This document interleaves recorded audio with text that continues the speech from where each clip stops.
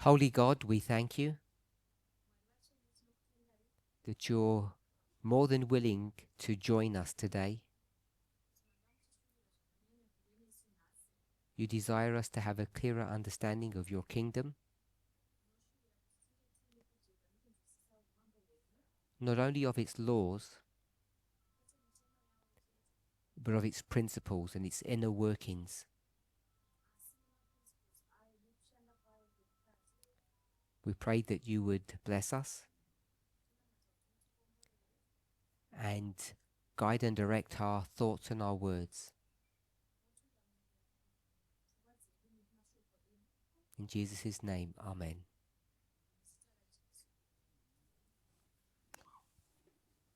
Could everybody put their phones on silent or switch them off?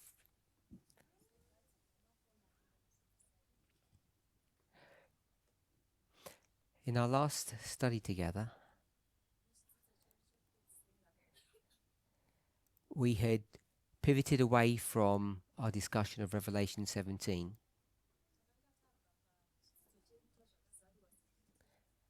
and we discussed the subject of adultery. So I want to continue that today. You remember that we began in Exodus chapter 20, verse 14. And then we moved to Matthew 5:27.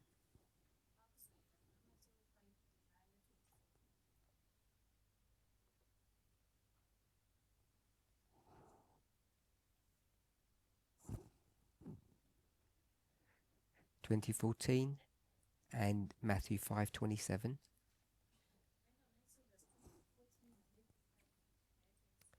So this was the first mention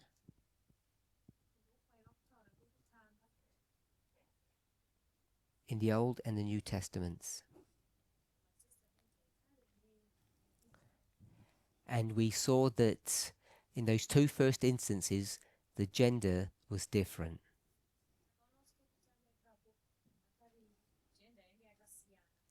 And we discussed a little bit about why that was.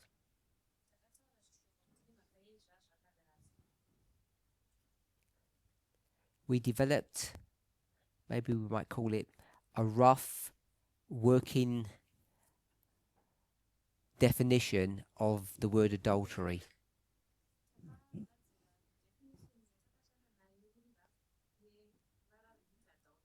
And we said it was married women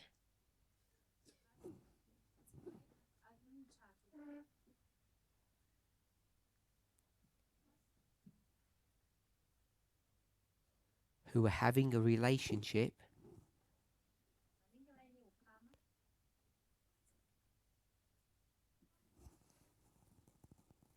outside of marriage.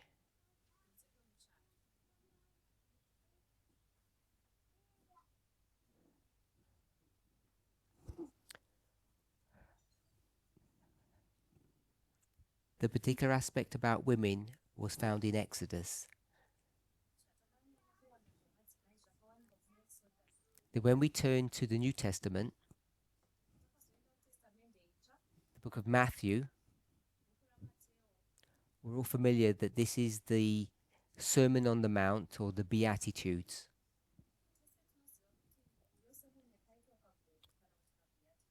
And the Beatitudes are meant to symbolize or represent the good news. But what we see in that sermon isn't merely good news.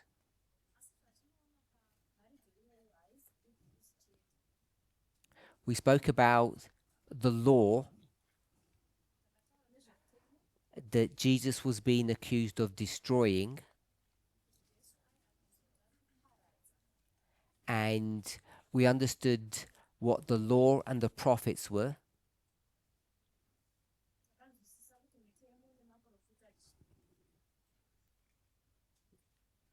So when we came to Matthew, we discussed the term law and prophets, and we said that we saw that that was the Old Testament. 5 books and 34 books. And the Sanhedrin, at that time, the leadership of the church,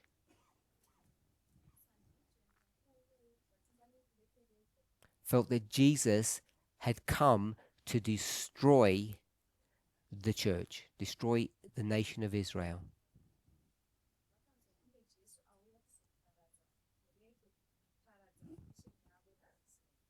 Not only the rules,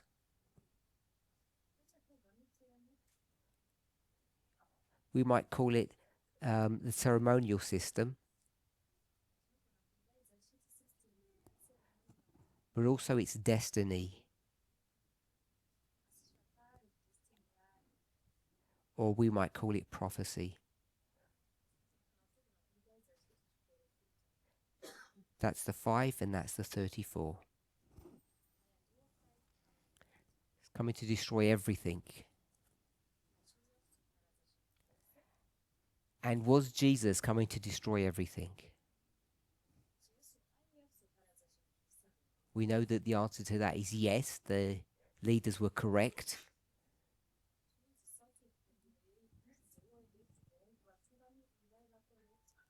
But people's definition of fulfillment or destruction is different.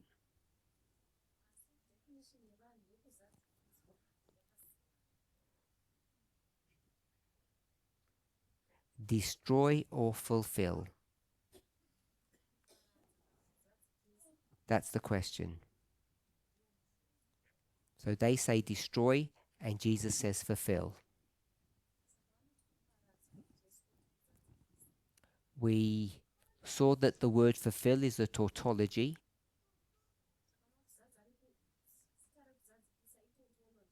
which means the word means complete, come to completion.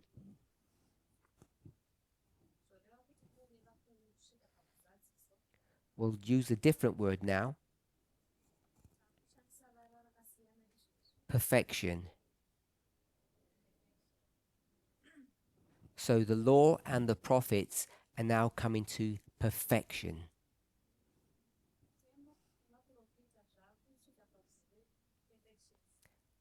This and the this being Jesus was what they were meant to bring you to.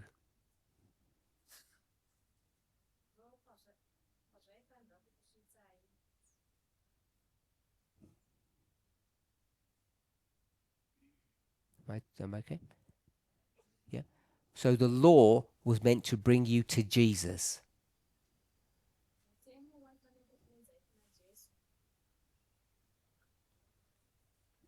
The prophets were meant to bring you to Jesus. It's not that the 10 Commandments are meant to bring you to Jesus.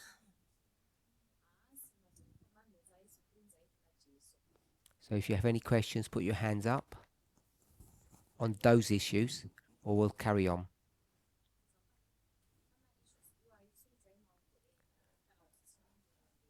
So after talking about the blessings and the fulfillment,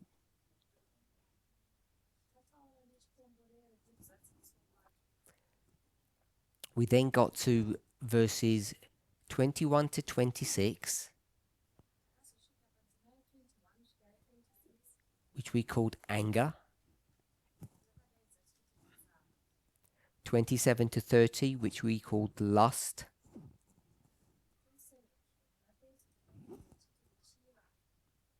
and then 31 to 32, which we called divorce.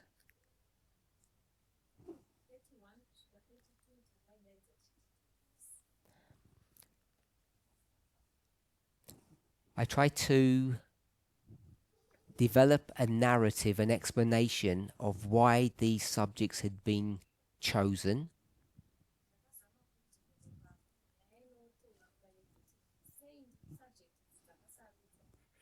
Blessing, fulfillment. I'll do it blessing, fulfillment, anger, lust, divorce.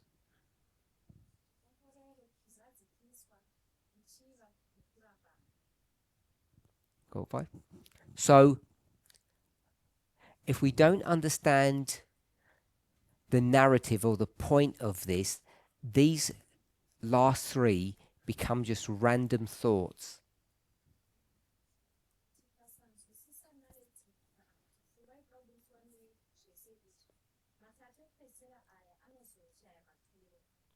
What I wanted us to see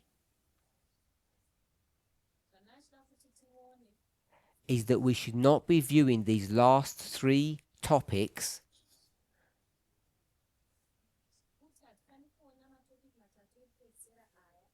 with a perspective of literal human relationships, because that's how they're written.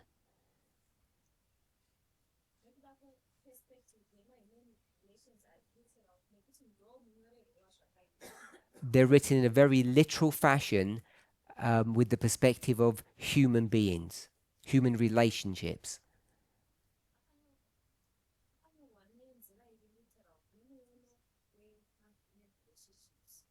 And my suggestion is, if you read them that way, they don't make sense contextually within the sermon.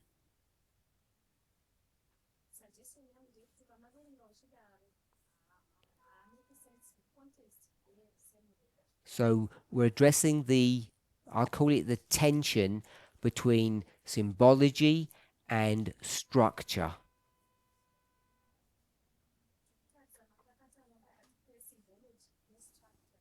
It's a recurring theme that you have to see and grapple with as you go through your studies, not just this one, but any study.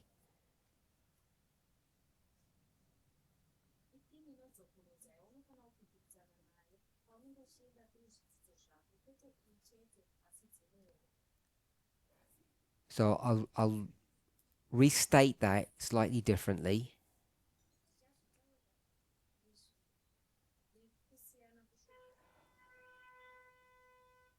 What you're required to do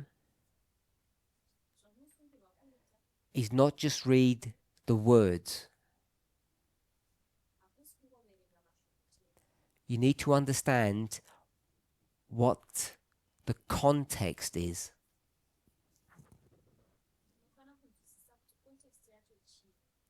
And after speaking about the blessings of being in the kingdom of heaven,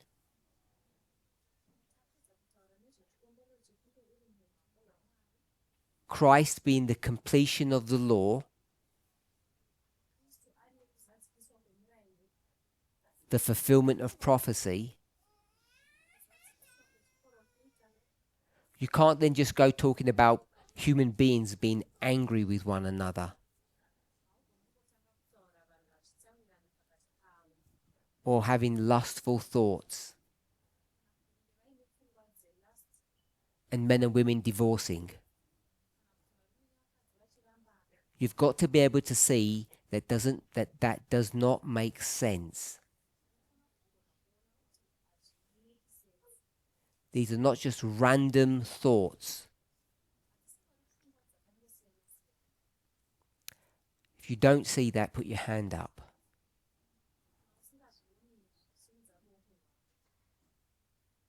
Okay, so that's good. I would hope that we could all see that now. We wouldn't become confused or distracted by the literal human language.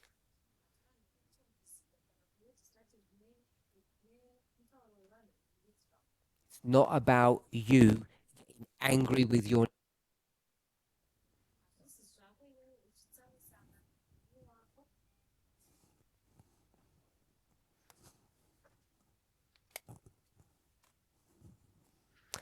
It's about the church and its relationship to God, as it is in the first part of the sermon, the Beatitude, and the second part, the Law and the Prophets.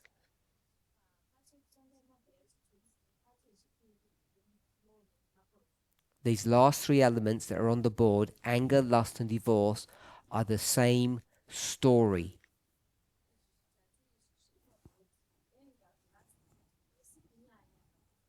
If we don't see that, it doesn't make sense to me. Tina.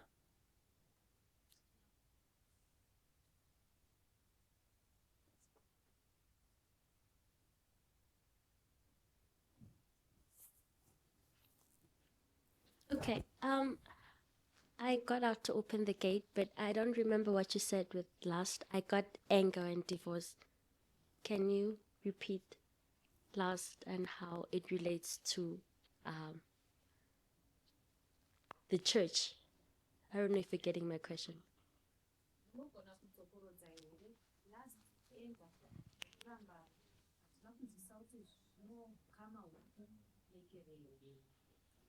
You've read this passage before, I hope many times.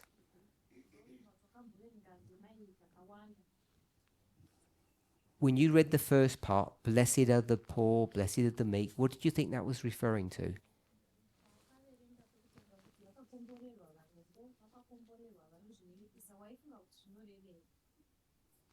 To the people who were listening to him.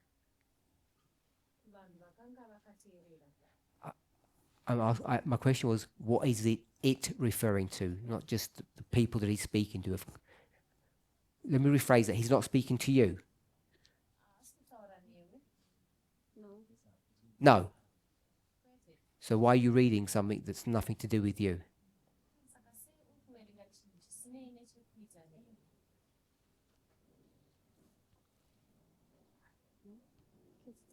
Because it's in the Bible.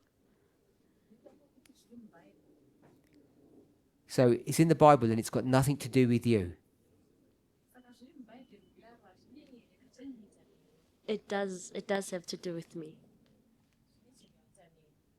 So who's it referring to?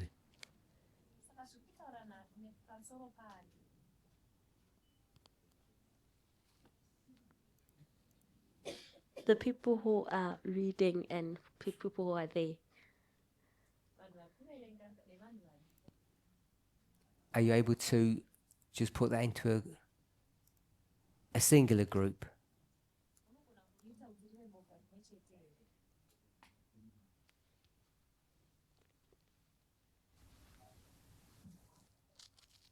So you don't know who that group would be? I would say the leaders of the church are also there, the Pharisees. I'm saying that the leaders of the church, the Pharisees, were also there.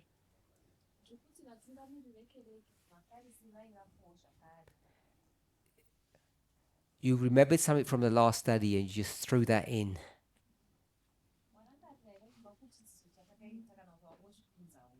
Without understanding. Never a good plan. Anyone can help her. Who are all these blessed people?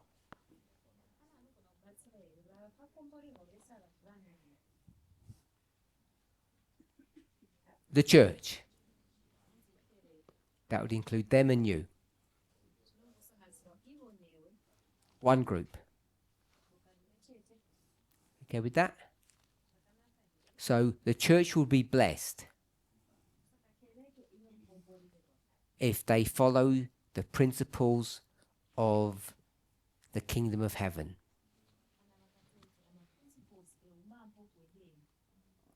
We skipped over salt and light. We didn't talk much about that.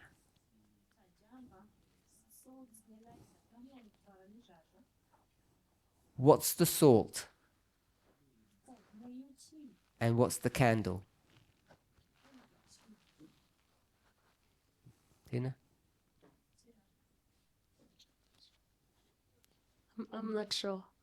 Have a guess.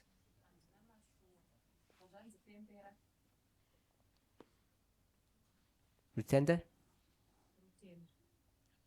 Don't know? The church. The church. The salt is the church. The candle is the church. That work for you? So if salt isn't flavorful,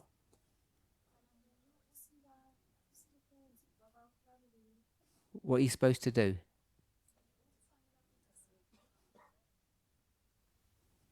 Don't know?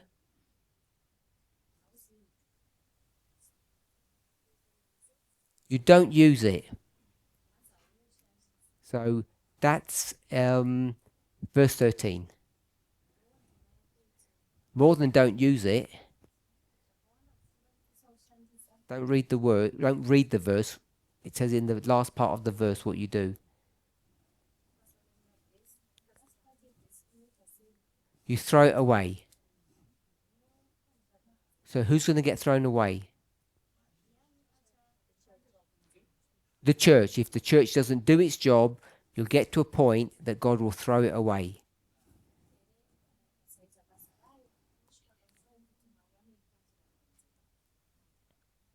So, I spoke about a candle, but before a candle, what else is the church? Read. Salt, something, candle. What's the missing one? Anybody just shout out.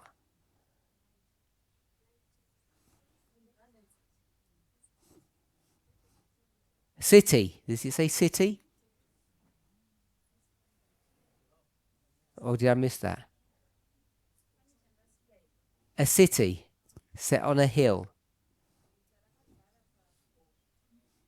So you're salt, you're a city, and a candle.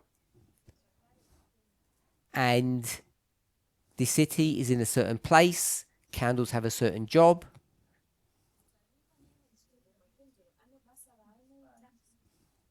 Everybody okay with that? You have cities and you have candles, and they're not supposed to be hidden.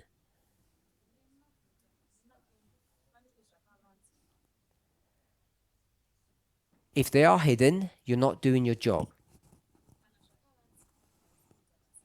It's all that church. Christ came to fulfill the law. So we spoke about this. Nothing in the law will change. This is not Moses' law, and it's not the 10 Commandments. This is the 5 books of Moses, or the Pentateuch, and the remaining Old Testament books, which is called the prophets.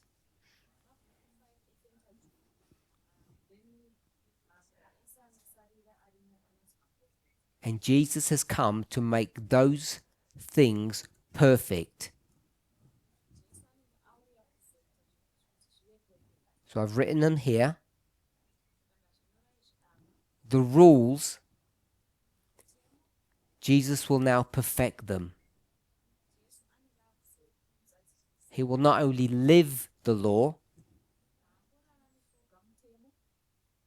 What else? He's going to not do any sin. We all know that. What else? That's the 10 Commandment bits. What else will he perfect? Justina?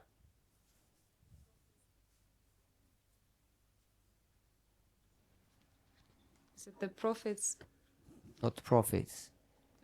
Still in the first bit. Anyone else? Did the 10 Commandment bit? Have your hand up? Is it too difficult?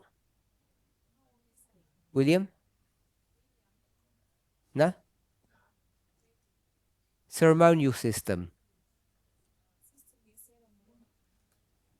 What's Jesus going to do with that?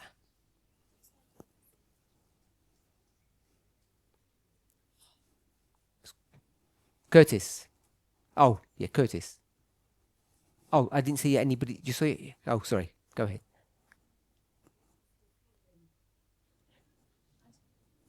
Repeat. It's going to fulfill them the ceremonial laws. Because before Christ came,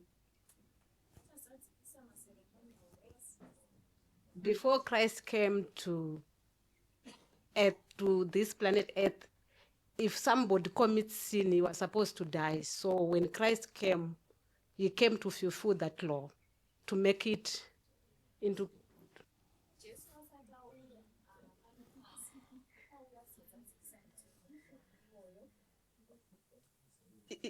by his death, he make completion of that law. Over here. Put your hand up. Hi. I was going to say something similar. So he's going to put an end to the sacrificial system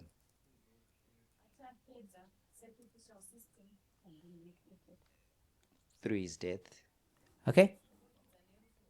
So I could go to First John, John 1:29, and I could say that Jesus is the Lamb that was slain from the foundation of the world.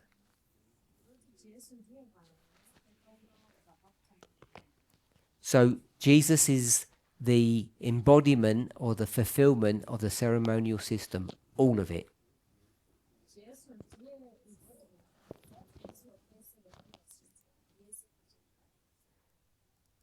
Give you another Bible verse.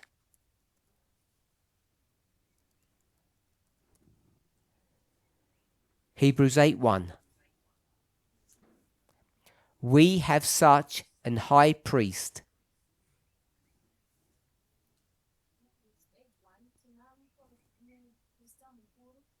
So Jesus not only is the Lamb, he's the high priest as well.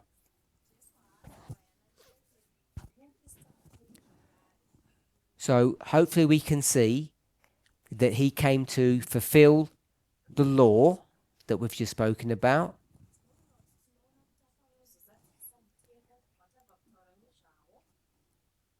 And he's going to fulfill the prophets. Isaiah 11 verse 1. There shall come forth a rod out of the stem of Jesse, and a branch shall grow out of his roots.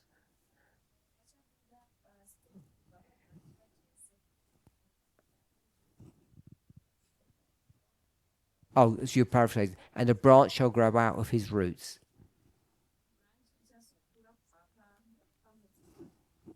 I didn't write all the verses down, sorry. Can someone remind me of them? I've got Isaiah 11, 1, 1, 2, 9.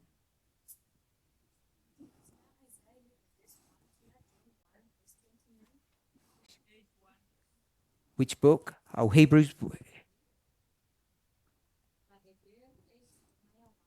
And where are any others? Okay, that'll do.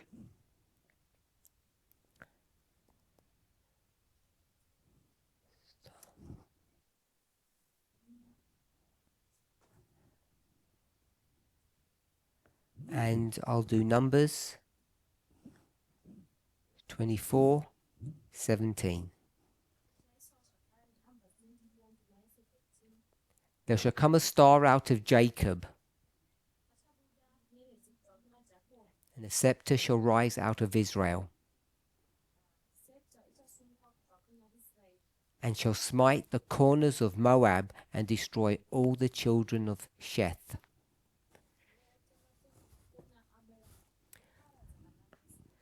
So I've given some verses or some ideas about the law and about the prophets.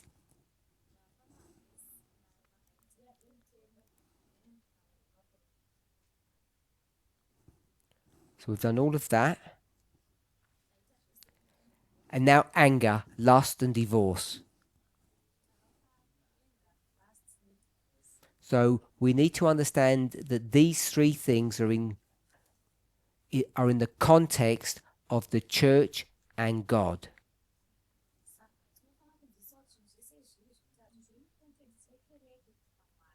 So are you allowed, we're in verse 22, are you allowed to be angry with somebody without a good reason?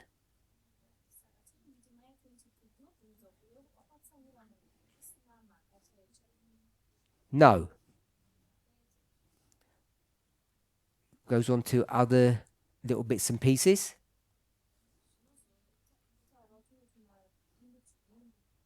Where I want us to see that we should not be confused that all this is about literal human interaction.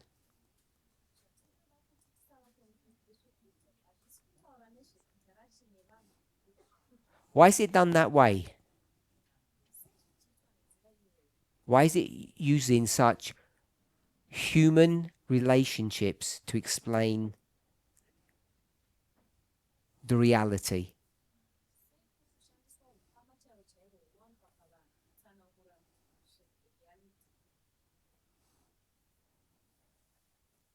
Over here? Who's got the mic?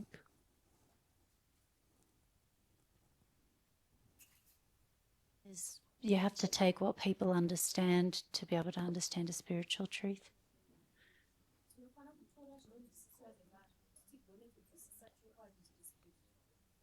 So that's Catherine. Regina? Regina? Regina?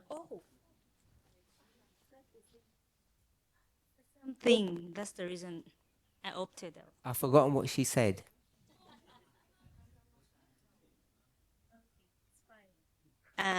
What?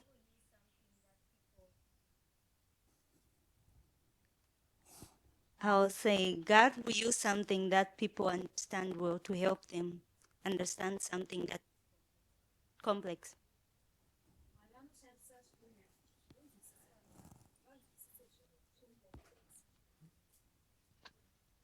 I was going to say same, but I was going to start by saying these illustrations are a parable so that we can understand.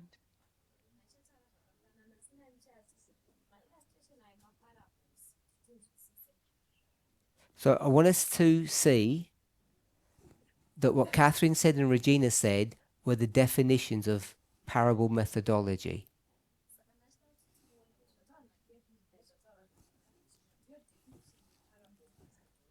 So we've got the word parable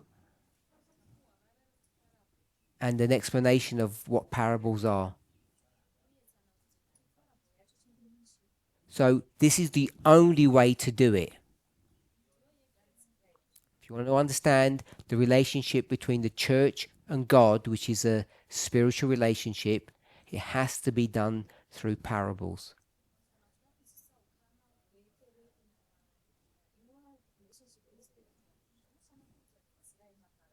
And if you've been reading these passages to try to understand the rules and mechanism of divorce,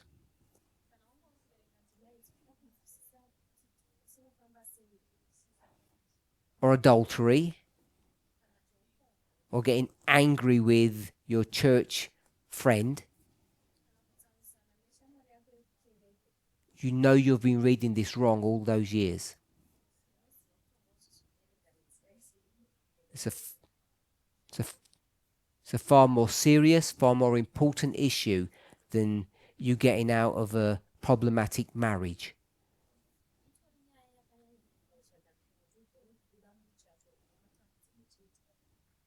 So if you're okay with that,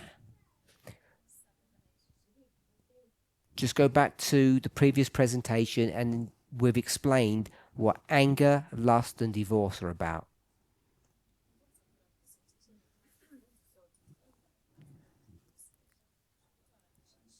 We should all be comfortable, hopefully, with who's angry, who wants to have a divorce, and who's been committing adultery?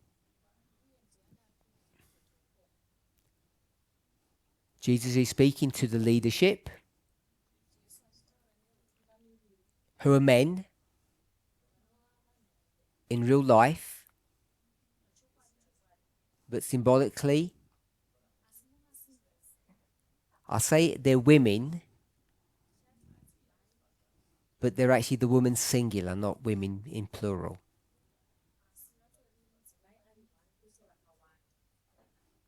Justina?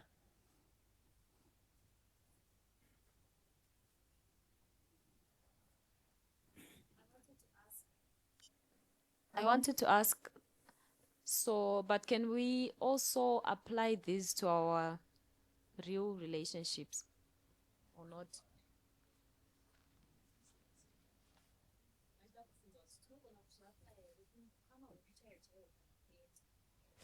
If you wanted a new career as a shepherd, you could read the Bible and get some good instruction.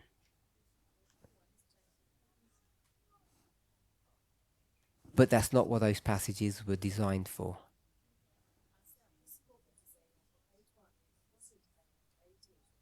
Does that answer your question?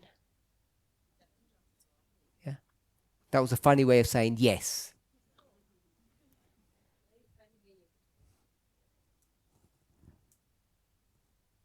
So we began to do that. So we're going to carry on now. Pick up from where we got to last time. Can we take this spiritual relationship that's gone wrong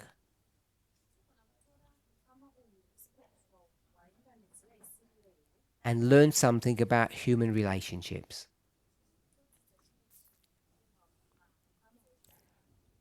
So this is in section 2, well maybe 4.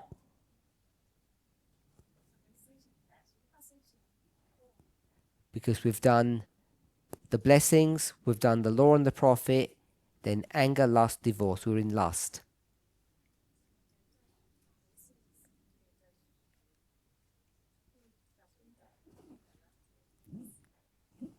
We began to try to understand what adultery was.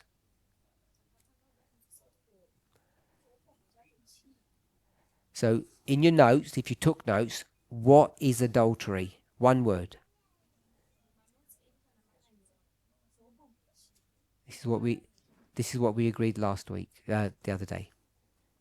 Someone said over here? Cheating. So adultery is cheating. And then I asked, what kind of cheating? And we said, or someone said, I think it was Regina, I can't remember, there was sexual, and then we had another one that said emotional. So we've got sexually emotional so far. I don't know if there's any more.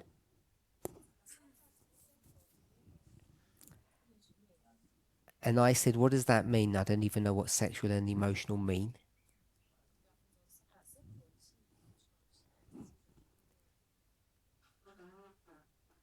And then someone said body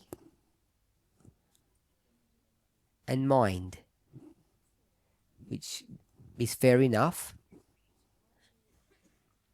And then I crossed those out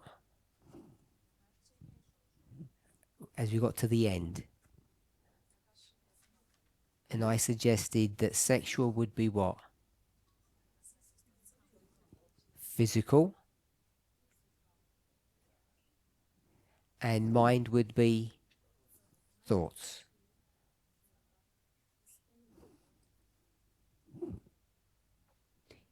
Bobby.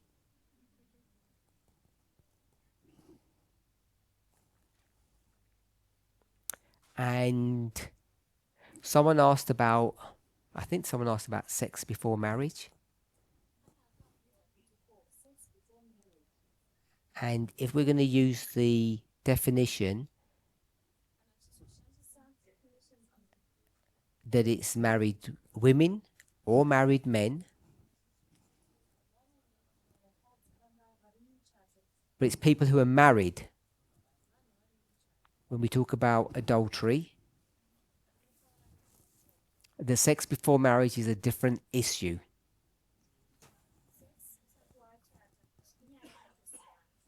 So we put a cross by that and left that to one side. So we've got adultery, cheating, and we've got sexual or physical and emotional, which is thoughts. So does anybody have any questions or explanations of these things? Sexual, emotional, or do we have any other definitions of cheating? Any other types of cheating?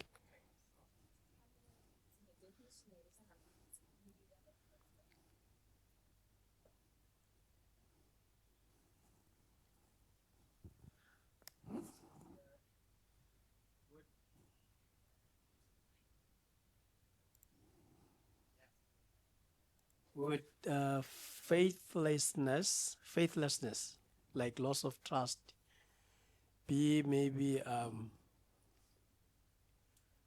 taken as emotional?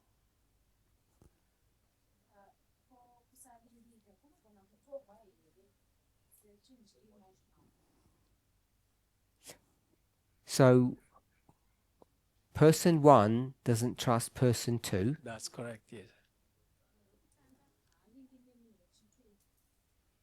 And your question is that emotional cheating? Exactly, yeah. That's what I'm asking. Who's doing the cheating, 1 or 2? One of them, like between the spouses?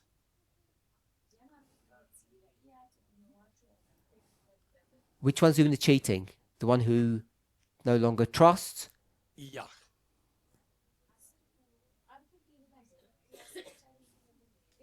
Why wouldn't they trust the partner?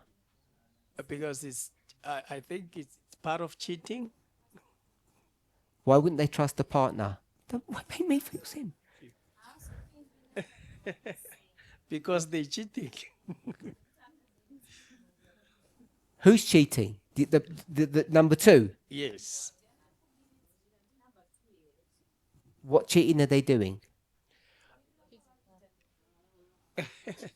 No, I'm asking about, because we're saying sexual, the definition is cheating, and we're saying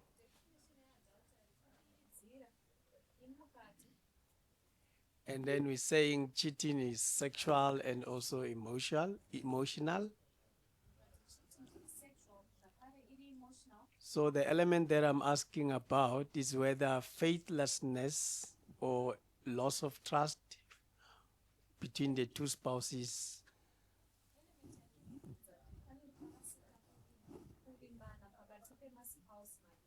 We've got the man and the woman. Yes. Who doesn't trust? Let's say it's a woman who doesn't trust the man. Because Why doesn't she trust him? Because he's cheating. What cheating is he doing? That's exactly my question. Because we're defining it. How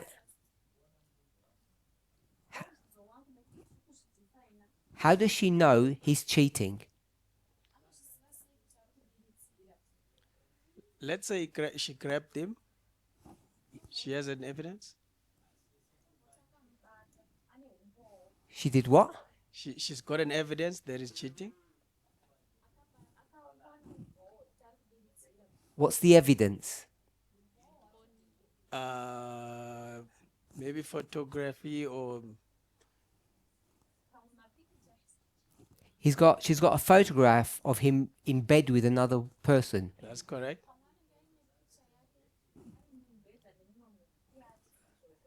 This is to everybody. Is that sexual or emotional? Yeah, that was my question. If you've got pictures of your partner sleeping in bed, that's sexual. Okay.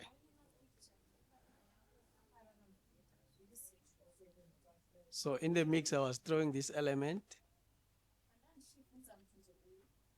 in the question of whether faithlessness or loss of trust.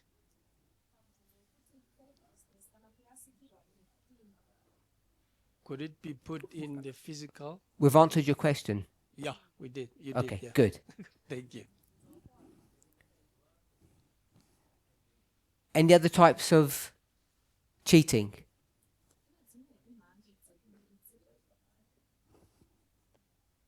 Does that cover everything? We're supposed to be experts on the subject.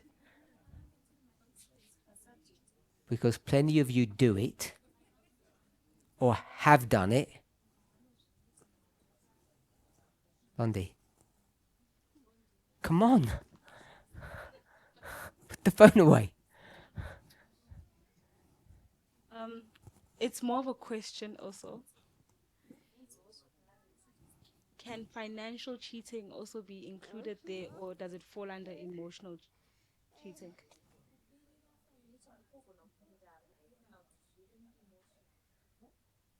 So tell me what financial cheating is.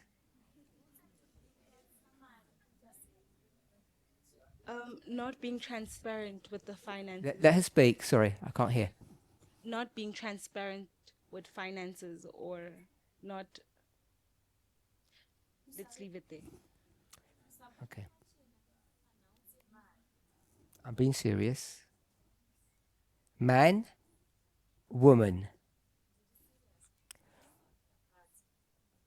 Which one's doing the cheating? The man. As always. This is about money.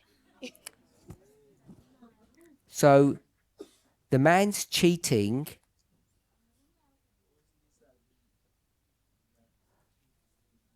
with McDonald's.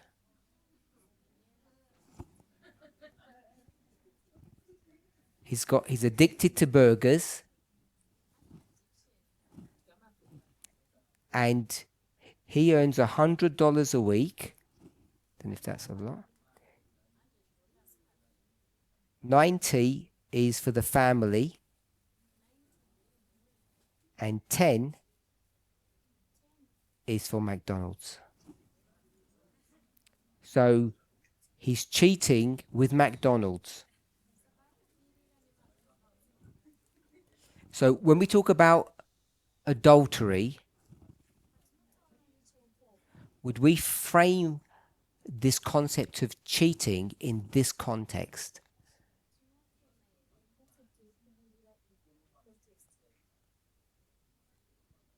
I would say no, but I had a different example in head, so that's why.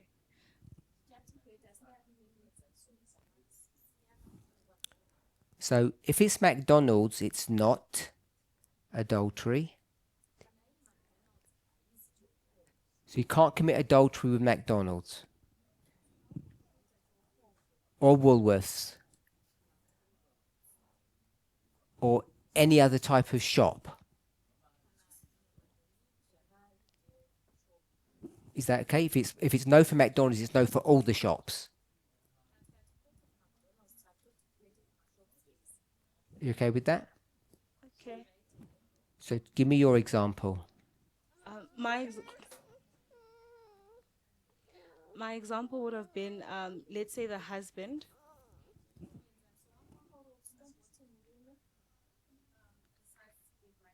family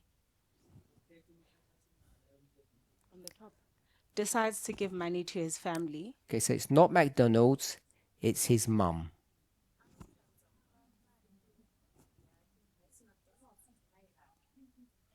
perhaps the wife, maybe him and his wife did not agree about that.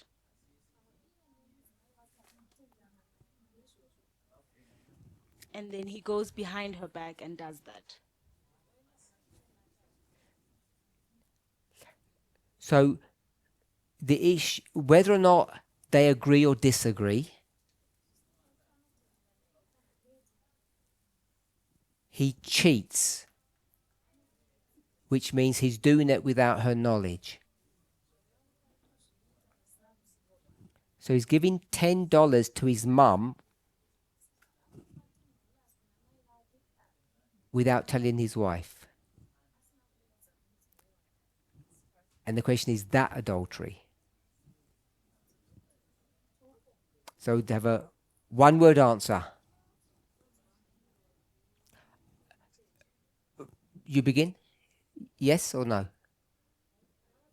That That's is your also my question. question. You don't know?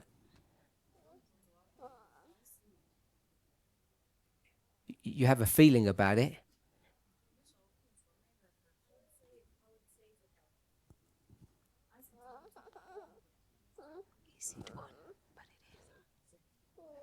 Just one word. Oh, if it's a question, we'll do a question in a minute. I just want the answer first. Monica? Yes or no? No.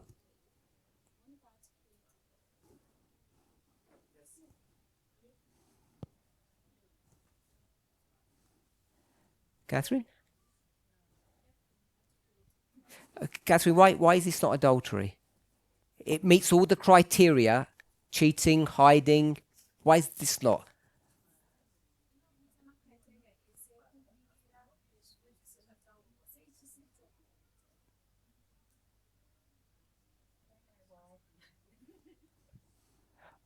Let me reframe my question. When you think of adultery, you put it into a certain box.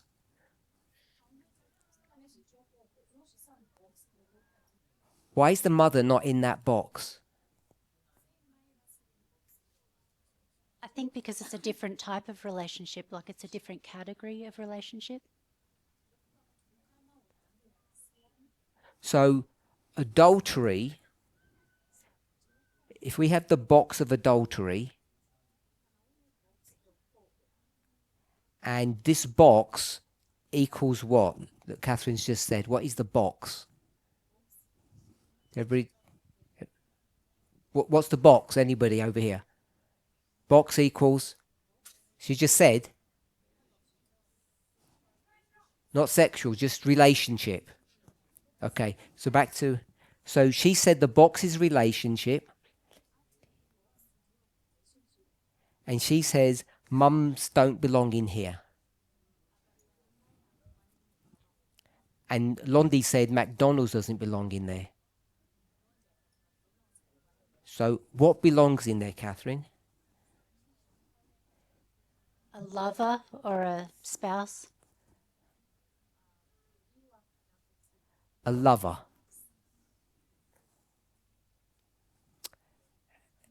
Someone said sexual. Who said sexual? Yeah. So we've got the sexual bit wouldn't be the box, it's what's in the box. One second, we'll get a mic. The way Catherine framed it, she said the box is the relationship and what's in the box is if you know the title of the box. So if you have an adultery box, what would go in there would be lovers. Not your parents and not Woolworths. Over to you. So I was going to say it must be a sexual relationship because we cannot equate different criteria of relationship. It must be in the bracket, kind of they must be equal.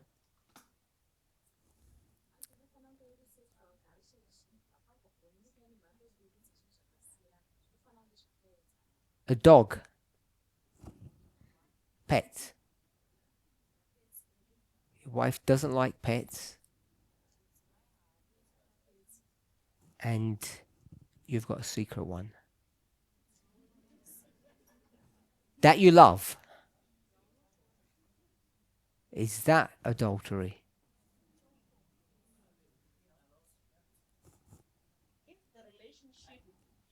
If the relationship with the dog is a sexual relationship, then that is adultery.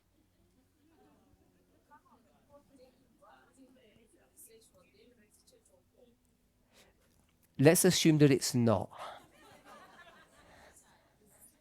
You just pet it.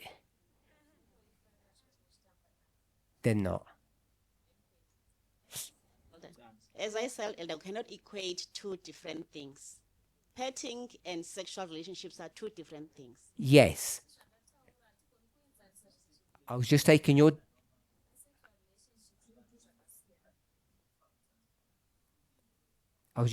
definition and giving another example for the others, not for you, because you already understood.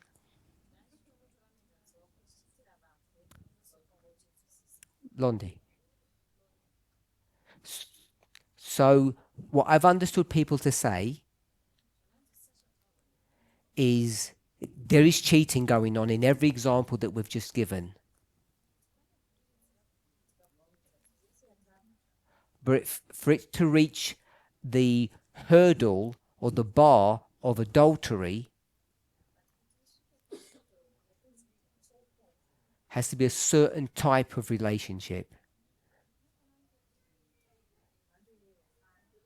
And filial love doesn't meet that criteria. Sexual love would. So I'm not sure what you think about that.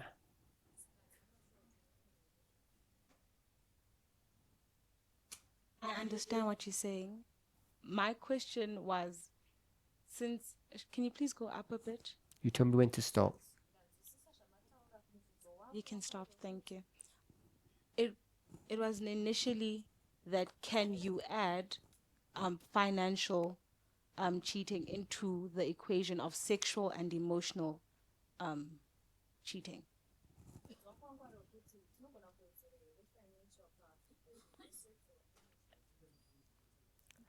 I think everybody would agree that it's cheating. I would agree. But there seems to be a disagreement that it would be considered in the realm of adultery.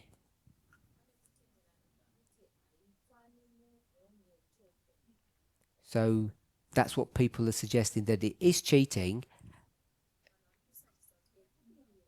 It is wrong, but it doesn't meet the criteria of adultery. Okay. I know you had a question. I'm going to come to you now, but Curtis is just... Yes? I don't know what your name is. What's your question?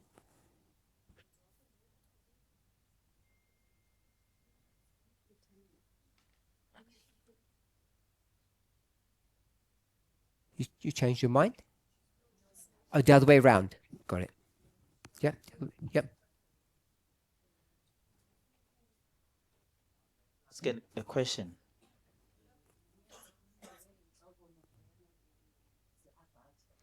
Here we're speaking about different kinds of adultery.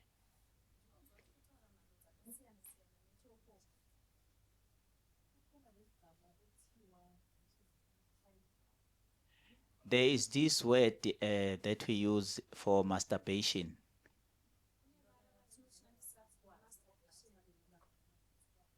Where does masturbation fall under? Is it adultery?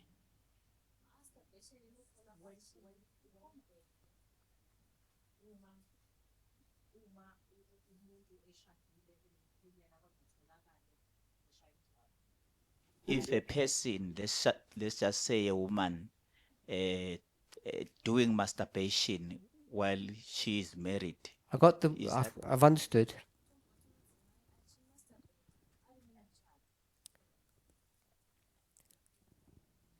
So we've got a man and a woman.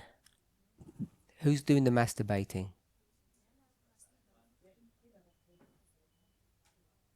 You tell me which one. Which one? I know. Which one's doing the masturbating?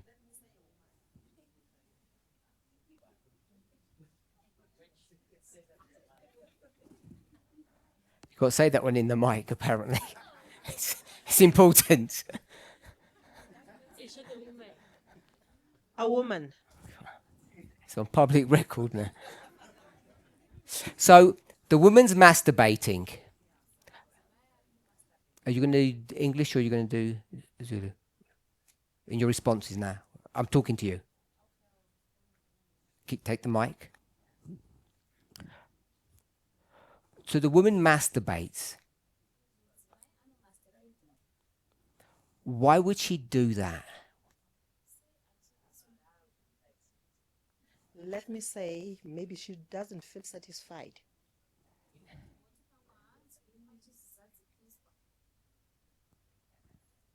Satisfaction. Yep. You want to give another word? She doesn't reach the climax.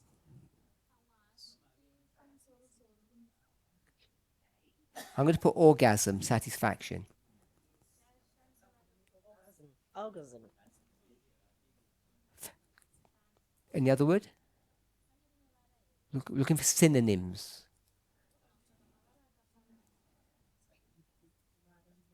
Okay? I'll give one, if that's okay. For pleasure. Is that good? Okay? So she's masturbating for pleasure.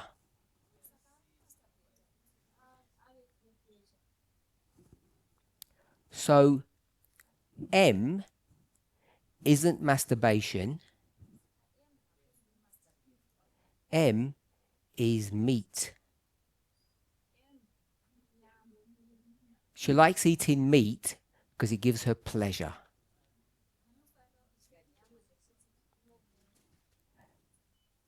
Is that cheating?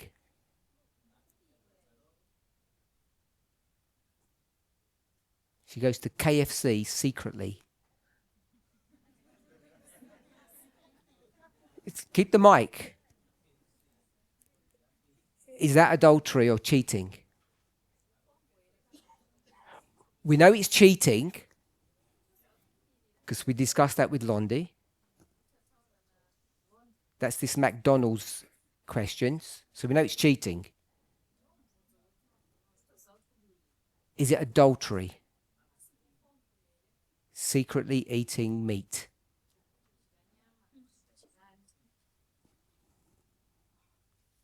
Tell me what you think. I think it's cheating.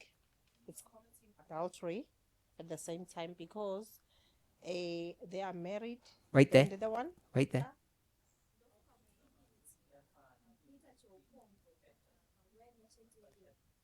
The question is about her eating KFC, not masturbation. If she secretly eats it, is she committing adultery with a chicken?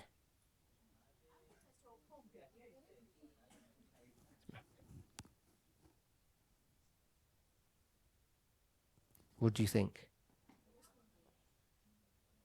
Good answer. No hands. Don't worry. She's Miss Moon. It's because Answer. no. Sorry?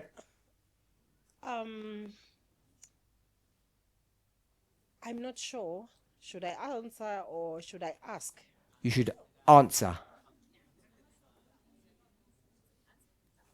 She eats chickens because she loves them. She's committing adultery with chickens against her husband.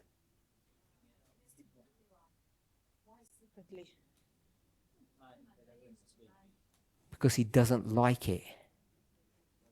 Or the He's a vegan. And he says no chickens in the house. And no spending money on chickens. So she's doing it secretly. Is that adultery? You got to answer. No. No. So we agree it's no. Hopefully everybody agrees with you. So the M, whether it's meat, McDonald's, or the masturbation, is an adultery. Because they're all pleasure.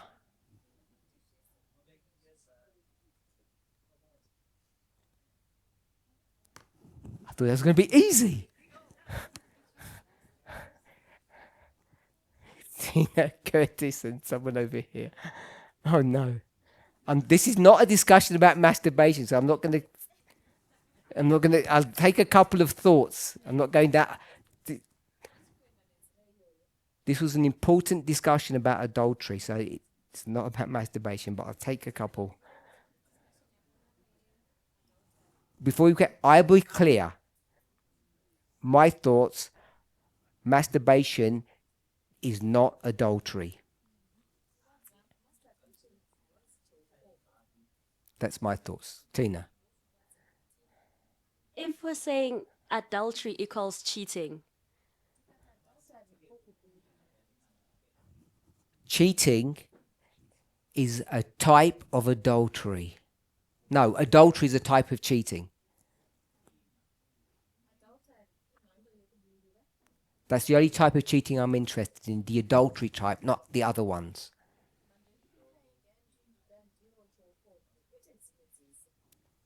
adultery, I'm at the adultery part. I'm not going to talk about anything else.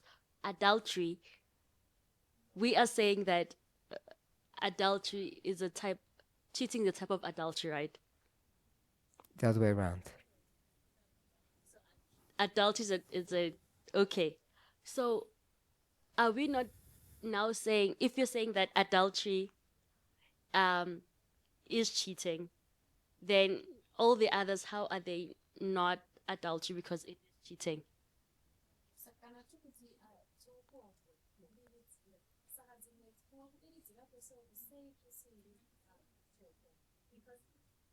From what I got, adultery is cheating, or and now all those things, it is cheating. You are not telling your partner about them.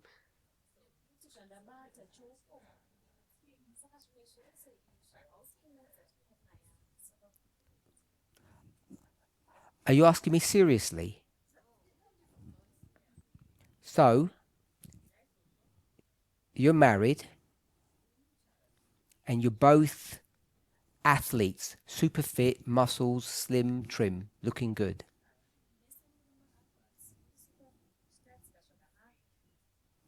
We don't know how it happens,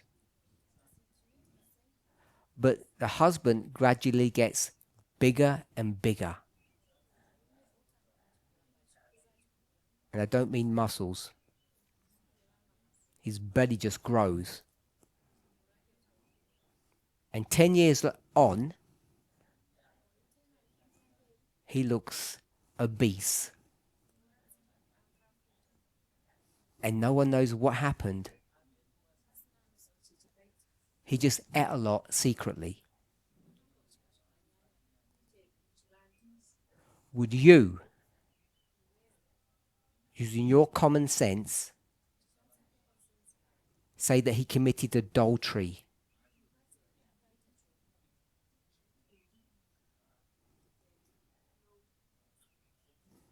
No. So what you're saying is, not all types of cheating are adultery. Yeah? Okay. Next person. Who was? Curtis?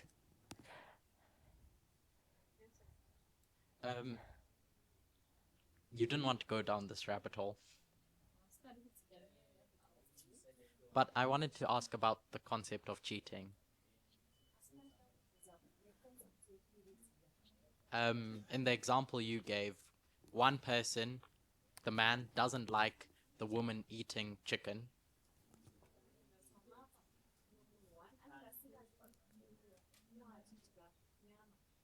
And she goes and does it. Who's cheated there?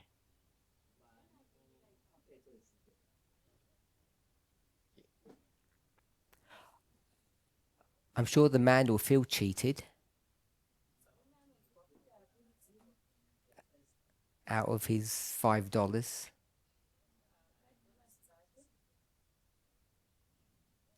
I'll just leave it at that. And you'd view it. No, she uses her money.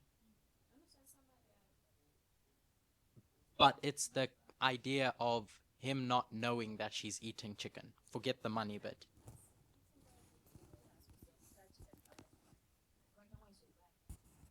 So another example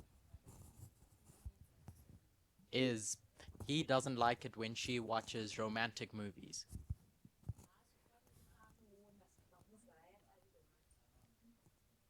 So she does it behind his back.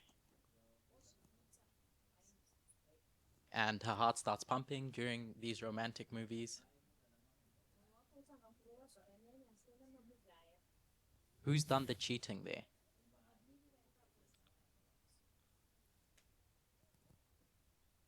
He thinks she has because she didn't tell him what she's doing.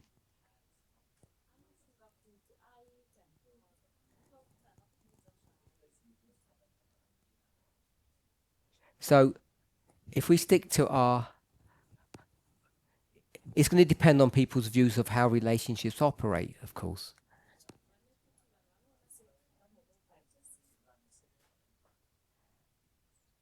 And if people keep secrets from one another, the person who's not keeping the secret will think the other one's cheated.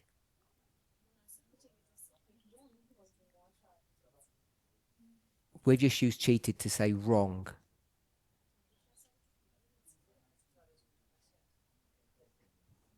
So, yeah, you're wrong. My question is, who's in the wrong there? Because he's told her what she can and can't do. Yeah. But he hasn't cheated.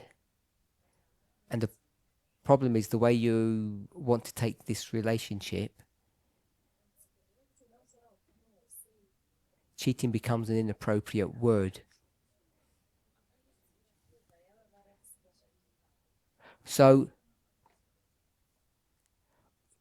we can either say that the word adultery or cheating is inappropriate to all these examples,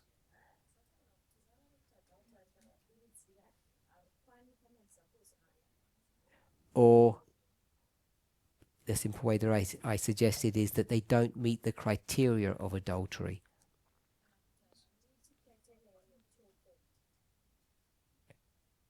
Because we certainly should all understand that we'll call them marriages, relationships, shouldn't operate this way of control.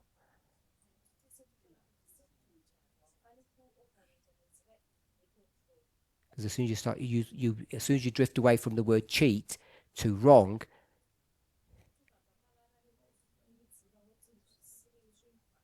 the person who's doing the wrong isn't the meat eater or the masturbator, it's the partner who's controlling them.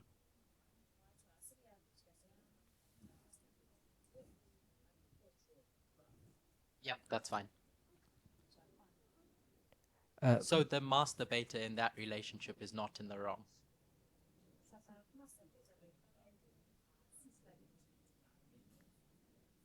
Yep. Oh. Monica?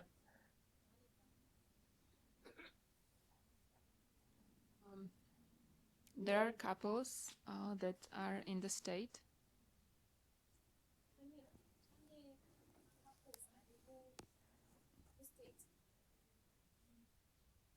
where one prefers to masturbate over being sexually connected with their partner.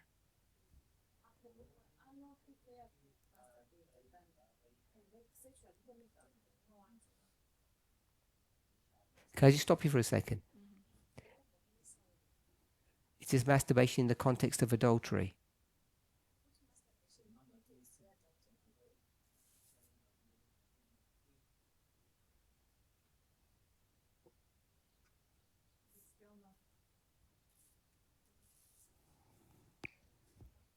Is it still not considered cheating?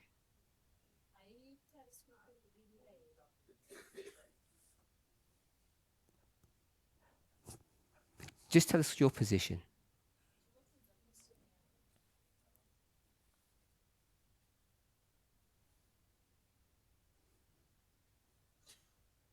If you masturbate, are you cheating on your partner?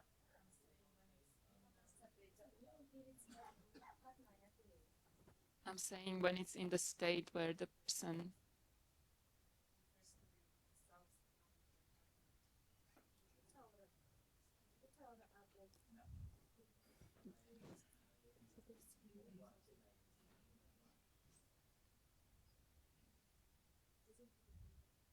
should I repeat?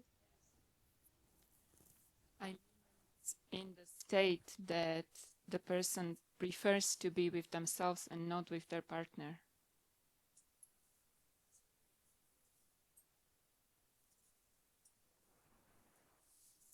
You consider that cheating? That was my question to you.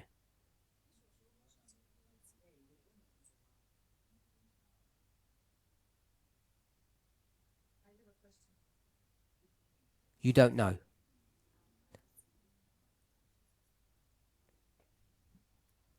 Is that right? You don't know?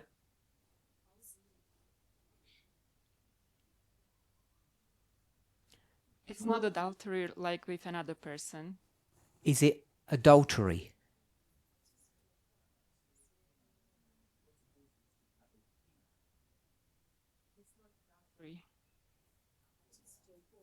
Okay, so you agree with me that it's not adultery?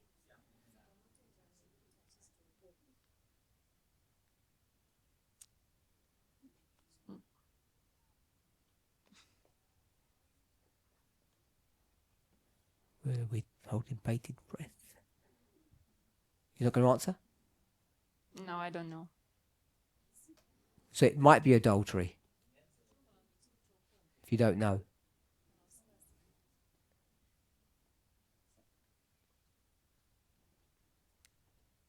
I think it's a serious break in a relationship. I'm not asking that. I'm asking, is it adultery?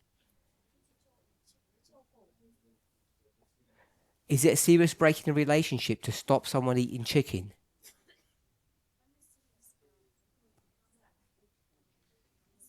I'll answer the Yes. question, yes. But it's not adultery. So whether or not masturbation is a serious break or not, the question is it adultery? No. So you agree with me? Can I just say yes?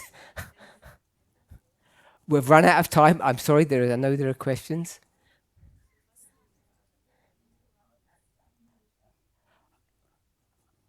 I didn't want to gravitate to this subject. It's not pertinent to the subject that I want to talk about.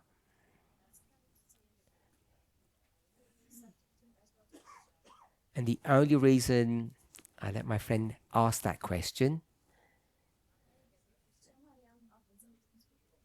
is because I wanted to make it clear that whatever masturbation is, whether it's good or bad, it's not adultery.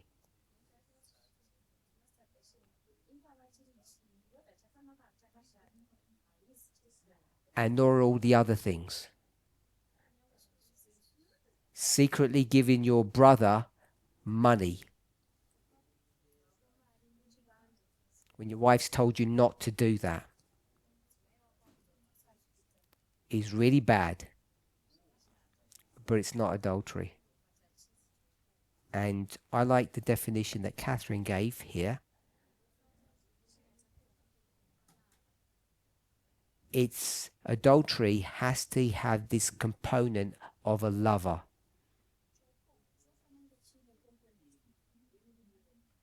Of another person. So there's this love triangle. Unless someone develops a model that adultery is something else.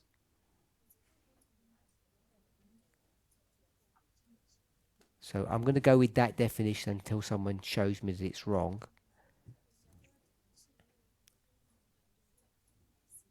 You're in a relationship with somebody and you gravitate to someone else. And so far we've got you gravitate in your thoughts or physically.